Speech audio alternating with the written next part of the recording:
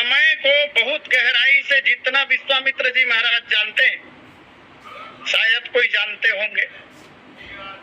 धनुर्भंग के प्रकरण में भी हम लोगों ने देखा, वो स्वामी जी महाराज ने संकेत किया है वहां पर उनकी विशेषज्ञता पर। बोले विश्वामित्र समय शुभ जानी, बोले अति स्नेहमय बानी।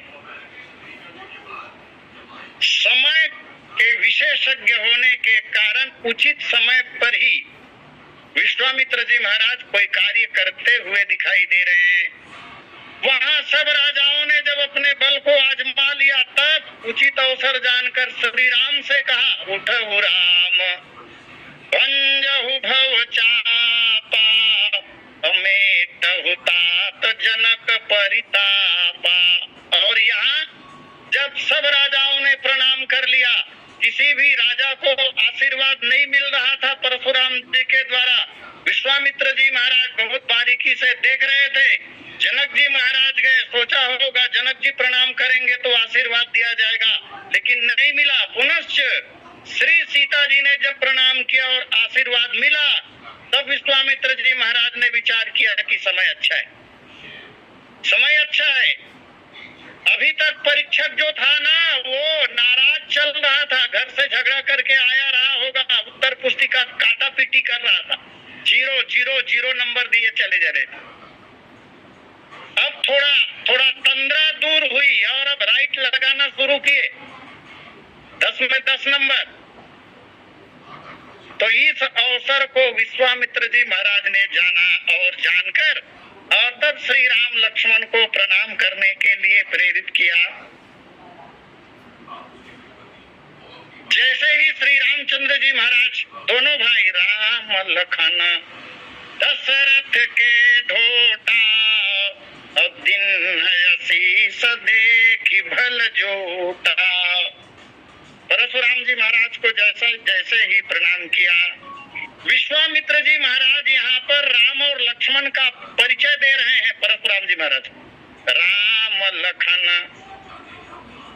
महाराज, इन दोनों का नाम जो है ना, एक का नाम राम है और दूसरे लखन कहलाते हैं, और ये दशरथ जी के कुमार हैं, दशरथ के पुत्र हैं। इस तरह राम और लक्ष्मण का परिचय विश्वामित्र जी ने परशुराम जी को दिया, लेकिन परशुराम जी का परिचय राम लक्ष्मण को नहीं दिया। आवश्यकता भी नहीं थी।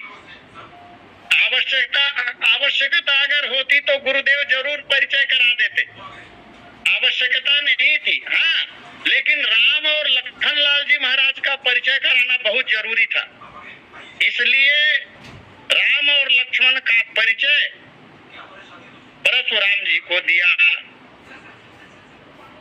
इसका एक कारण है, दशरथ जी से परिचय तो परशुराम जी महाराज का था।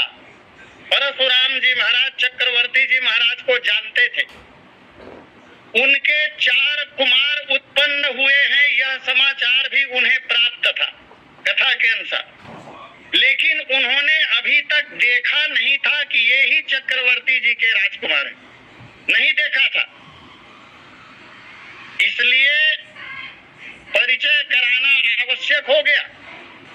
और यहाँ पर परिचय जो करा रहे हैं, दशरथ जी के साथ कोई विशेषण नहीं दे रहे। राम लखन दशरथ के ढोटा, केवल दशरथ कहा, दशरथ जी के पुत्र। कोई विशेषण लगाने की आवश्यकता भी नहीं थी। क्यों? इसलिए क्योंकि दशरथ जी महाराज को तो पूरा ब्रह्मांड जानता है ना। वो स्वामी जी महाराज ने पहले ही लिख दिया है, अवधपुरी रघुकुल मनिराऊ। वैसे रघुकुल के सभी राजा जो हैं वो प्रतिष्ठित रहे हैं, लेकिन दशरथ जी महाराज अवधपुरी रघुकुल मनिराऊ, अवेद विदित तेहि दशरथ नाऊ। वेद भी जानता है, वेद में चक्रवर्ती जी महाराज का नाम अंकित है, और जब वेद में अंकित है तो सब लोग जानते हैं। इसलिए बिना किसी विशेषण के सीधा कहा राम लखन दशरथ के ढोटा। यहाँ विश्वामित्र जी महाराज जो परिचय करा रहे हैं उसमें एक दो बातें और दिखाई देता है। राम और लक्ष्मण को स्वयं साथ में लेकर परशुराम जी महाराज के निकट आए, भेज कर भी प्रणाम करवा सकते थे कि जाओ बेटा प्रणाम कर लो परशुराम जी महाराज का। नहीं, विश्वामित्र जी महाराज साथ में लेकर आए और प्रणाम कराया। अभी अभी हमने देखा श्री जनक जी महाराज भी अपनी बेटी श्री सीता जी को साथ में लेकर गए थे और प्रणाम कराया था। पुत्री के पिता ने पुत्री को स्वयं साथ में ले जाकर प्रणाम कराया। ठीक इसी तरह दोहरी भूमिका में है, गुरु भी हैं और पिता भी हैं, इसलिए साथ में आए और आकर संकेत किया विश्वामित्र जी महाराज ने।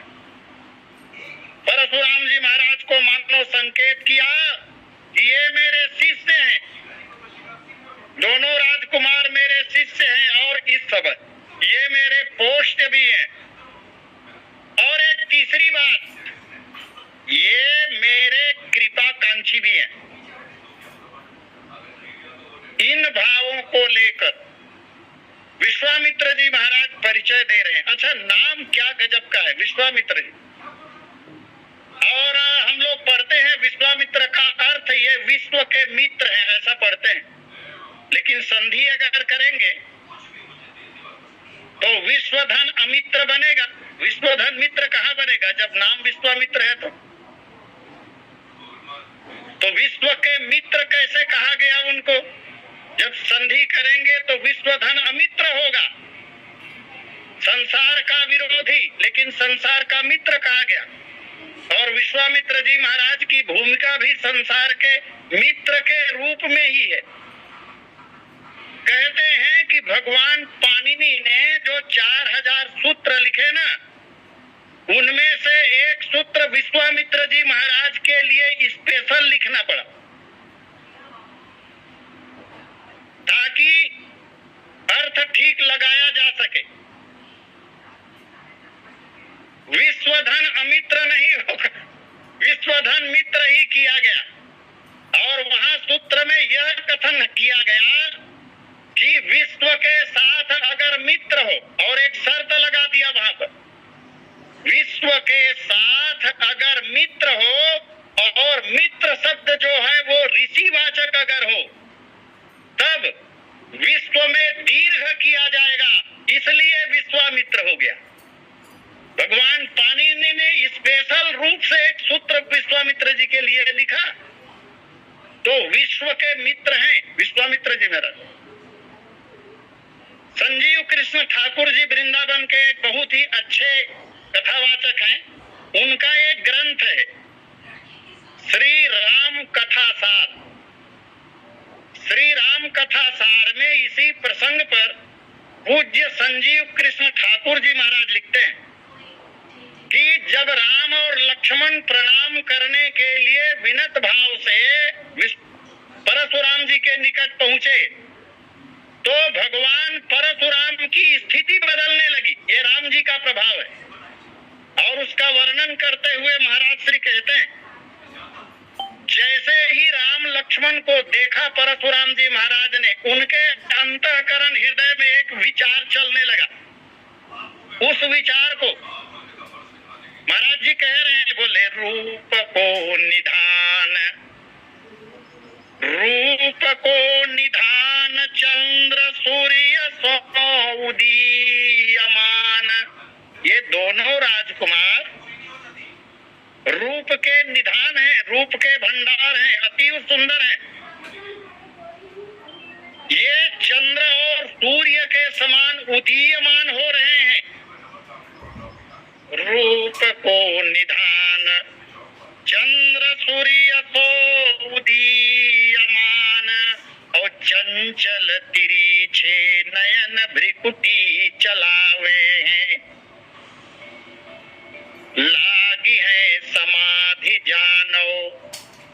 अभी अभी जो इतने उत्तेजित थे भगवान परशुराम जी महाराज, क्रोधावेश में भरे हुए हैं। क्रोध के कारण जिन्होंने ज्ञानियों के शिरोमणि महाराज जनक को जड़ और मूर्ख कह डाला,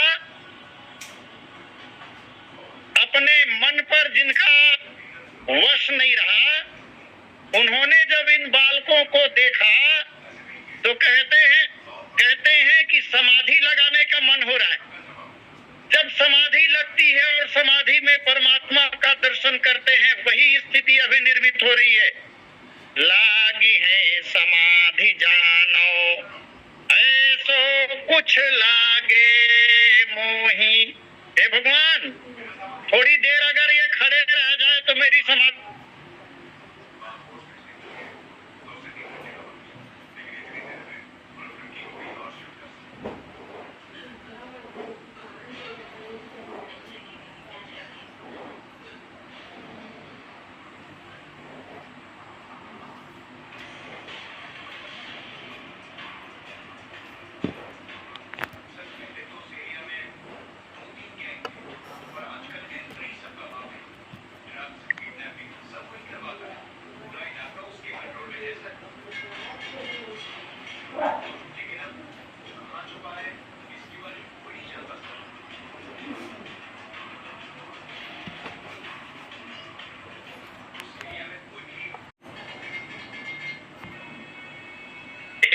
हरे कृष्ण धीरज न धार्यो जाहि, अब कौन को कुमार वेगी कौशिक बतावे हैं। और वैसे कथा के क्रम में हमने दर्शन किया कि महाराज कौशिक ने पहले ही बता दिया है। परिचय देते हुए दो पंक्ति में, राजा दशरथ के तनयो, राजा दशरथ के तनय राम लखन है नाम।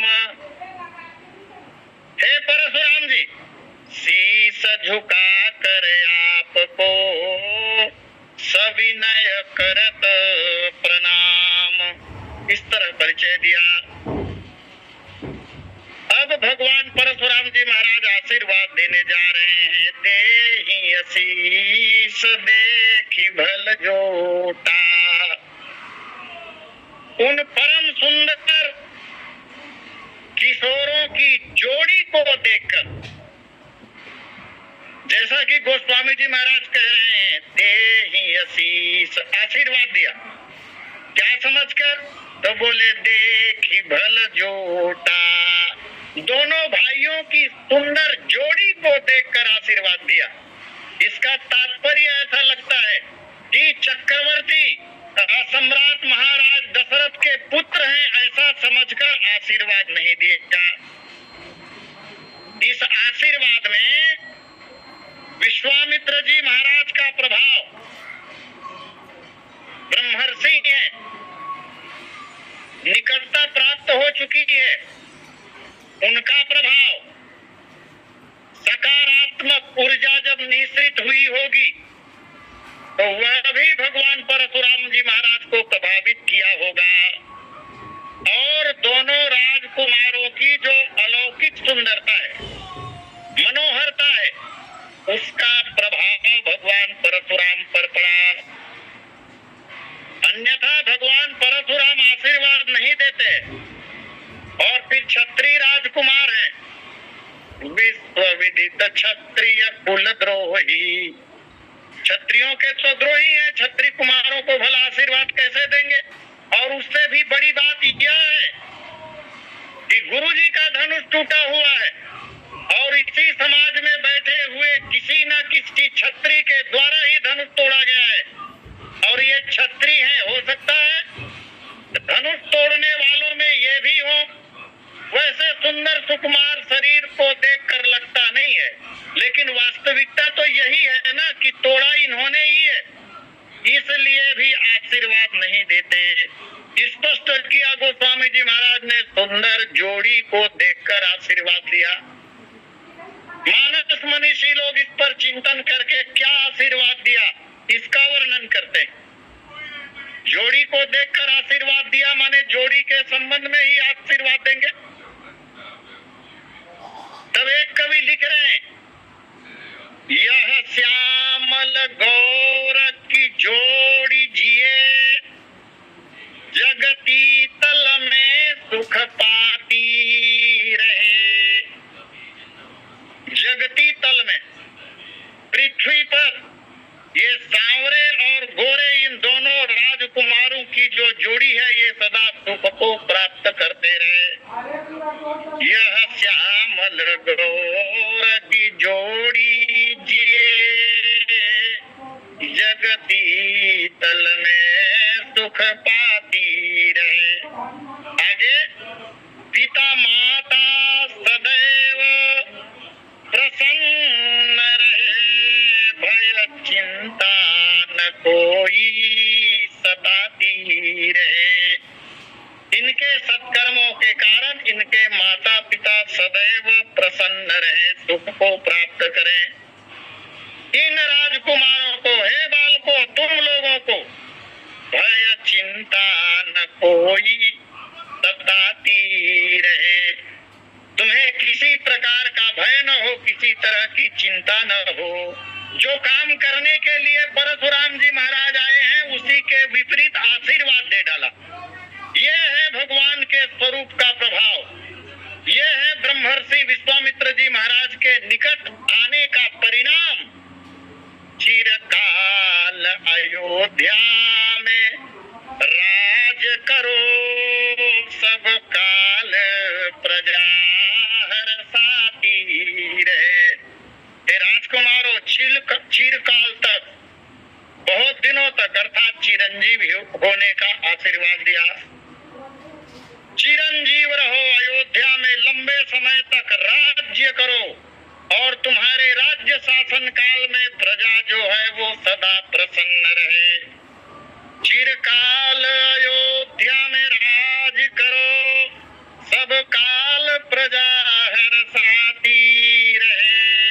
अब तब न्याय निकेतन मंदिर में क्या शब्द संयोजन है कवि का। तब न्याय निकेतन मंदिर में नित धर्म ध्वजा फहराती रहे। न्याय निकेतन मंदिर, और हम पाते हैं ग्रंथों में, रामचरित मानस जी के अनुसार यदि देखा जाए तो भगवान श्री रामचंद्र जी महाराज ने 11,000 वर्षों तक अयोध्या का शासन किया, लेकिन एक भी विवादित मामला 11,000 वर्षों में भगवान की कचहरी में नहीं आया। हाँ, यह बात अलग है, वाल्मीकि रामायण में 2 प्रकरण आए हैं न्याय के लिए।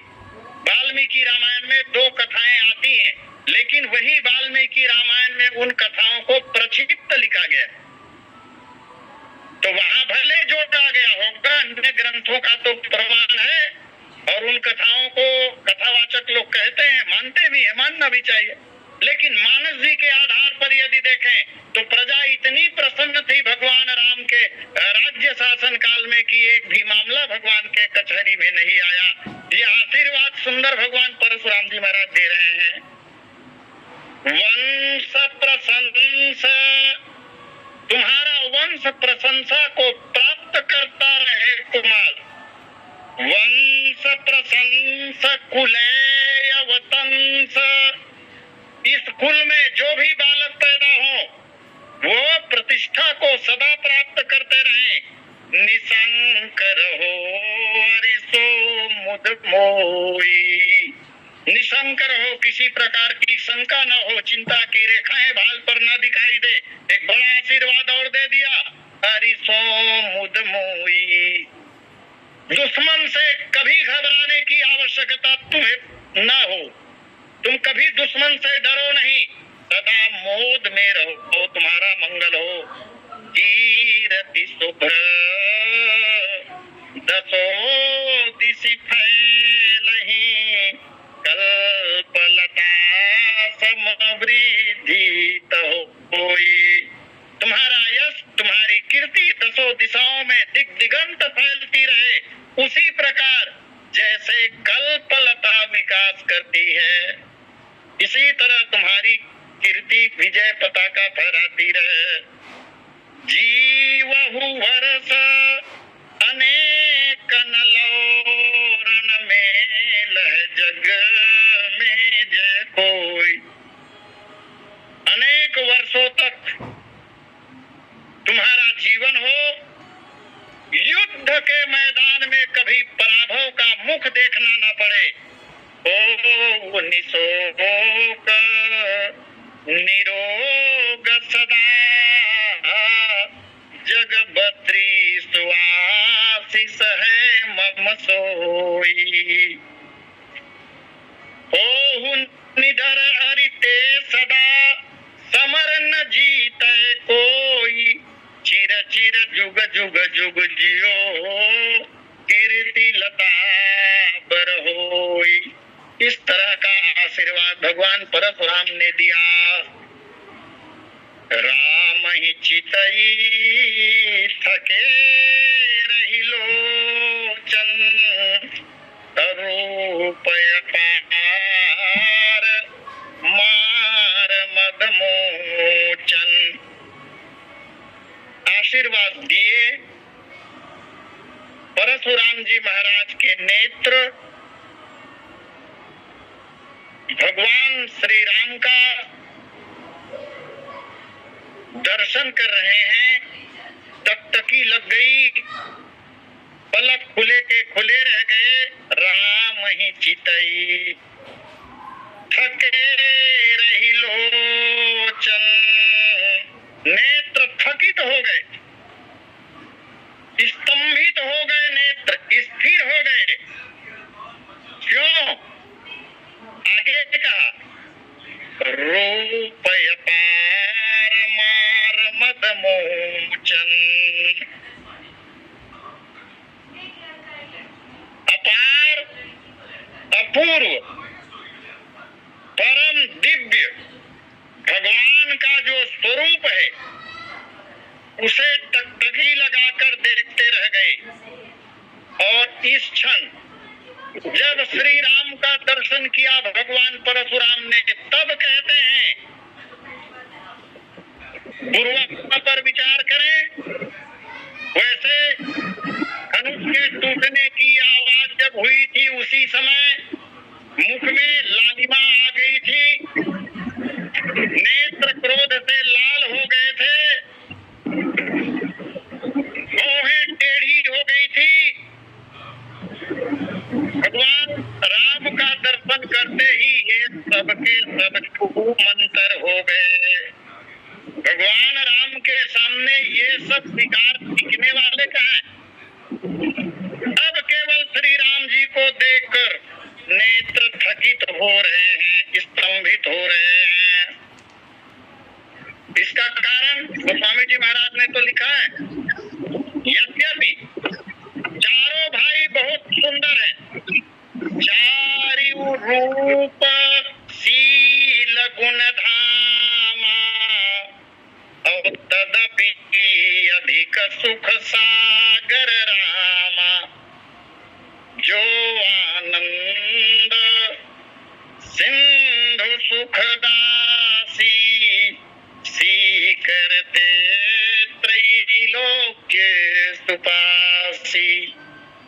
असो सुख धाम रामयस नामा, अखिल लोकदायक विश्रामा।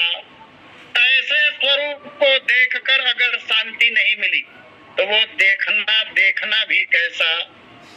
भगवान के लिए तो गुरुदेव वशिष्ठ ने स्वयं कहा है कि भगवान का अवतार क्यों होता है? राम जन्म जग मंगल हेतु, सत्य संध पालक श्रुति से तू। और राम जन्म जग मंगल हेतु। उस स्वरूप का दर्शन जब किया भगवान परशुराम ने, तो उस क्षण में उनके अंदर जो विकार आ गए थे वे शांत हो गए। एक बात स्मरण आ रहा है, इसीलिए तो हम लोग मंदिर जाते हैं। मंदिर में भगवान की मूर्ति होती है, प्रतिमा होती है, विग्रह होता है। उसको मूर्ति क्यों कहते हैं?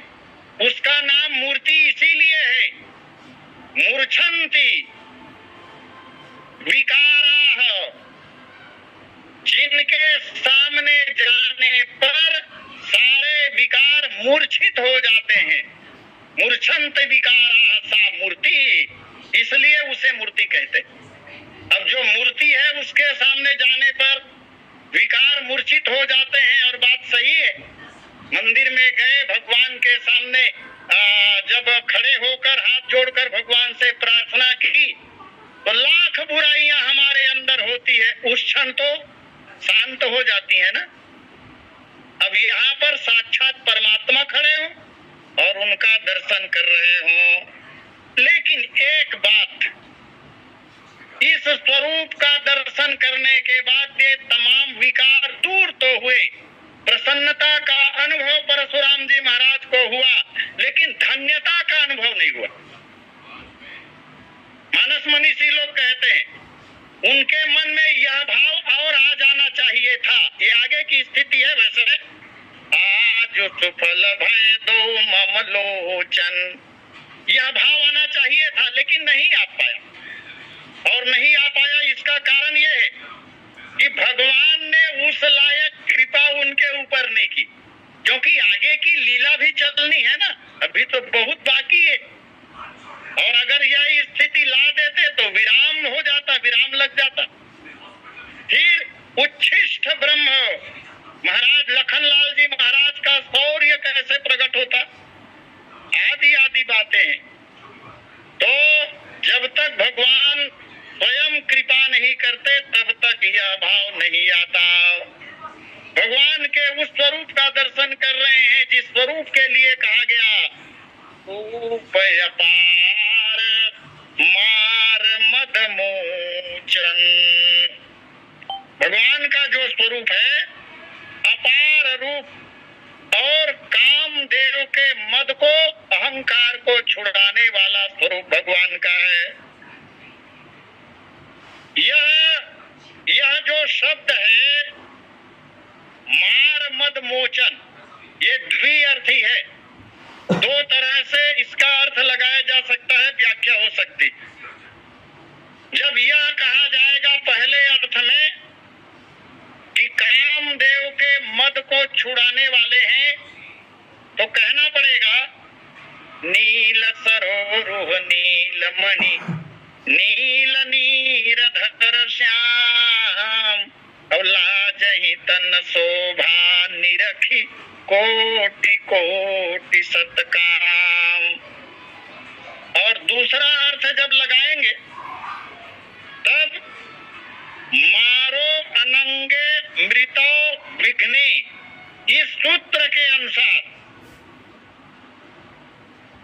परशुराम जी महाराज के ऊपर घटित होगा। परशुराम जी महाराज क्षत्रियों के कुल को नष्ट करने वाले हैं, जगत जानता है। क्षत्रियों को मार डालने वाले हैं परशुराम जी महाराज। माने क्षत्रियों के लिए भगवान परशुराम जी महाराज जो है वो साक्षात मृत्यु है। ऐसे मार मृत्यु है। और इस समय परशुराम जी महाराज अपार मद से भरे हुए भी हैं, लेकिन क्षत्रियों को मारने वाले, क्षत्रियों के संहार करता मार परशुराम जो अपार मद से भरे हुए हैं, उसके मद को राम जी के अपार रूप ने पहले ही मार दिया। इसलिए शायद गोस्वामी जी महाराज ने ये कहा हो रूप अपार मार मद मोचन। और वैसे भी अगर देखें, थोड़ा सा विचार करें तो श्री राम और लक्ष्मण छोटे हैं ऊंचाई में, भगवान परशुराम जी जो है वो ऊंचे हैं।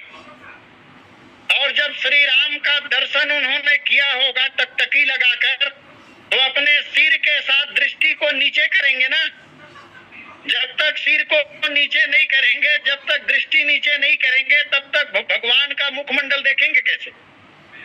इस तरह देख रहे हैं। इसका तात्पर्य ये हुआ कि भगवान के सामने भगवान परशुराम जी महाराज का सिर झुक गया।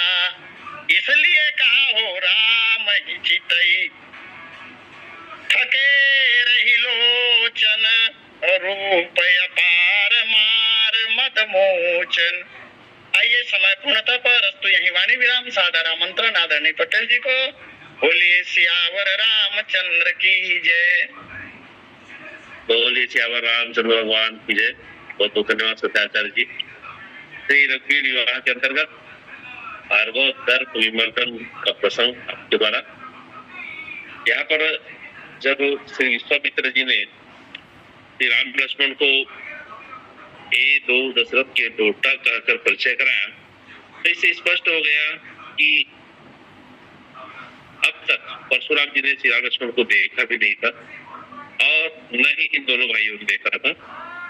तो भी ये कौन है, यह विश्वामित्र जी ने दोनों भाइयों से नहीं कहा। परशुराम जी का परिचय नहीं कराया, यह आगे के वचनों से भी स्पष्ट होता है। और दिन आशीष दे केवल डोटा